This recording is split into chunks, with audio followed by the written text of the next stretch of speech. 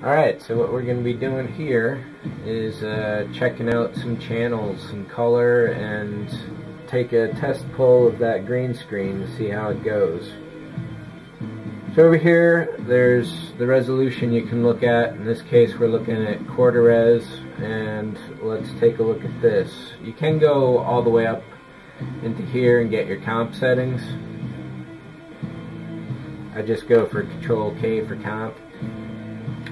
So this is 1280 by 720 at 6 seconds by 4 frames, running at 29.97. So quarter resolution of this is somewhere in the 150 range, 180. So that's web video resolution we're looking at this point. Full res will really bog the system down. So here was the shot. May even change the speed in the middle here. We'll see about that. At least do a test. Always test stuff. Let's turn the tunes down just a little bit here. So when pulling a green screen, one of the first things I'll do is create a new solid. Oh hey, look at that. So one of the nice things about After Effects is that it is pretty decent about asking you if you want to save a copy of your stuff before it crashes on you. That's always pleasant. So we'll wait for this to crash. Alright, so we're back with, let's go and open Untitled, and let's name it properly, I guess. You definitely want to be saving often, even though After Effects is nice about crashing usually. Right, so here we are back again. Let's save properly and call it GS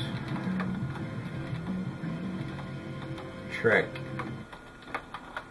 Test 01. So when you start naming your stuff, give it some logical things. In this case, this is green screen. It's Trek for Star Trek. This is the description of what the footage is. And then if you wanted further, you could go pan, left, right,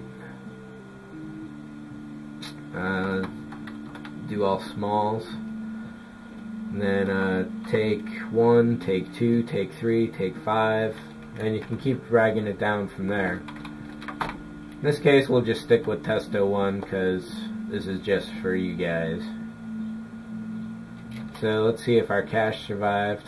Probably not. But we don't really need that at this point anyway.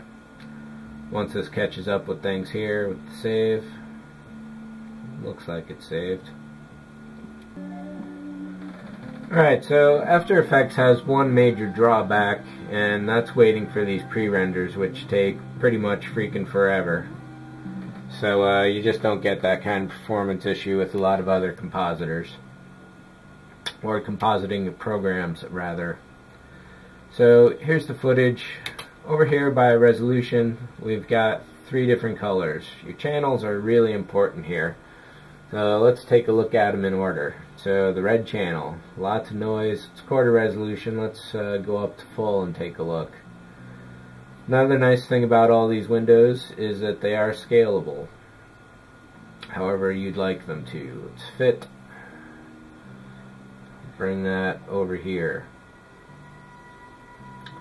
So here's the red channel. Obviously some deep nice tones in here where there is red, as well as down there.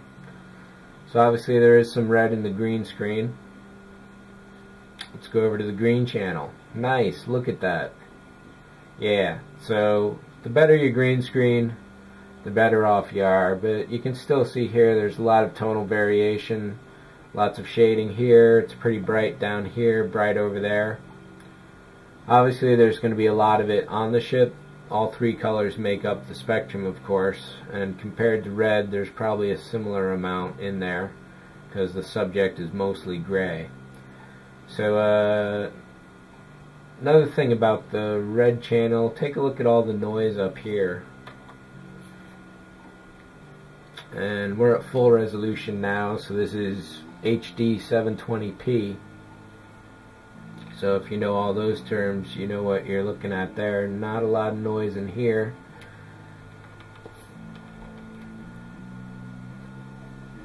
I'm just concentrating on red and green right now because once you get to the blue, you're going to be really surprised. So the detail in here is pretty nice overall for the red. Not a lot of change with the green. Let's head down to blue. Yeah, look at that. That is just ugly everywhere. However, the blacker it is, the less there is of it. So that's actually a very good thing in this case because it's a really noisy channel. And red is the tightest visual wavelength. You see some compression artifacts here. Definitely in here, some ridging. Go back to the blue. It's good that it disappears like that, but all this other noise that comes out of seemingly nowhere is uncool. But if we were working with a blue screen, then the blue channel would be bright like this. However, you would still have all that noise.